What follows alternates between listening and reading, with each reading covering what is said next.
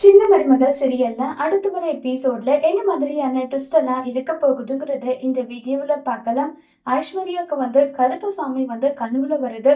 கனவுல கருப்பசாமி மிரட்டினதுனால நான் எந்த தப்பும் பண்ணல, தயவு செஞ்சு ஒத்துக்கோங்க ஒத்துக்கோங்கன்னு சொல்லிட்டு ஐஸ்வர்யா கத்துறதும் உடனே அங்க நம்ம சேது ஐஷு என்னாச்சு ஐஷுன்னு சொன்னதும் கருப்பசாமி வேஷத்துல நம்ம சேதுதான் இருக்காங்க.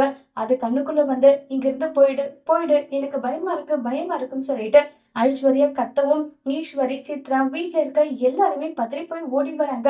என்னாச்சு ஐஸ்வர்யா என்னாச்சுன்னு சொல்லிட்டு கேட்டுட்டு இருக்காங்க. அது வந்துன்னு சொல்லிட்டு ஐஸ்வர்யா பதட்டத்தோட இருக்கிறத பார்த்ததும் உடனே சித்ராவுக்கும் ஈஸ்வரிக்கும் புரிஞ்சிருது. ஏன்னா ஐஸ்வர்யா குற்ற உணர்ச்சியில இருக்கா. கருப்பசாமி கத்தி எடுத்து வெட்ட வந்தது. இது எல்லாம் யோசிச்சு அவ பயத்துல இருக்கா போல. என்ன சொல்லி சமாளிக்கிறதுன்னு சொல்லிட்டு இதுல காலையில சாமி கும்பிடும் போது கருப்பசாமி வந்துச்சுல்ல, அவளுக்கு அதெல்லாம் பழக்கம் இல்ல, அதை நினைச்சுதான் பயந்து போயிருக்கா போலன்னு சொல்லிட்டு ஈஸ்வரி சொல்றாங்க. உடனே அதுக்கு சாவித்திரி, இல்லையே மதனி, பார்த்தா அப்படி சொல்ற மாதிரி ஒண்ணும் தெரியலையே, அவ ஏதோ ஒரு உண்மை மறைச்சிருக்கா.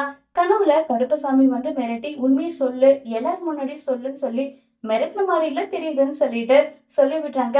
அத்தாச்சி, கொஞ்ச நேரம் கூட அமைதியா இருக்க மாட்டீங்களா? எந்த நேரத்துல எப்படி பேசணும் எப்படி இருக்கணும் தெரியாதா?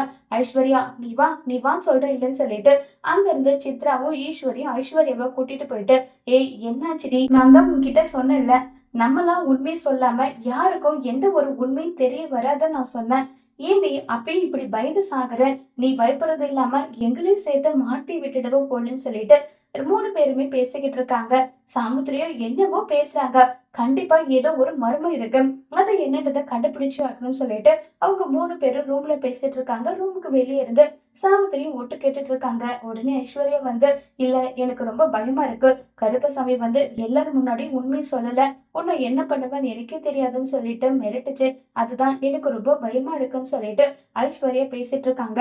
இங்க பாரு, நம்ம 3 பேரை தவிர வேற யாருக்குமே நம்ம ரகசியம் தெரியாது, அதனால பயப்படாம நிம்மதியா தூங்குன்னு சொல்லிட்டு சிம்பாலுக்காவே ஈஸ்வரி பேசிட்டு இருக்காங்க. சாவித்திரிக்கு என்ன இது, ஏதோ ஒரு பெரிய மர்மம் பண்ணிருக்காங்க, அது என்னன்றத கண்டுபிடிச்சே ஆகணும்னு சொல்லிட்டு சாவித்திரி முடிவு பண்றாங்க. ஈஸ்வரி சித்ரா ஐஸ்வர்யா சேர்ந்து 3 பேரும் பண்ண பித்தலாட்டத்தை சாவித்திரி கண்டுபிடிப்பாங்களா இல்லையாங்கிறத வர போற எபிசோட்ல வெயிட் பண்ணி பார்க்கலாம். தேங்க்யூ.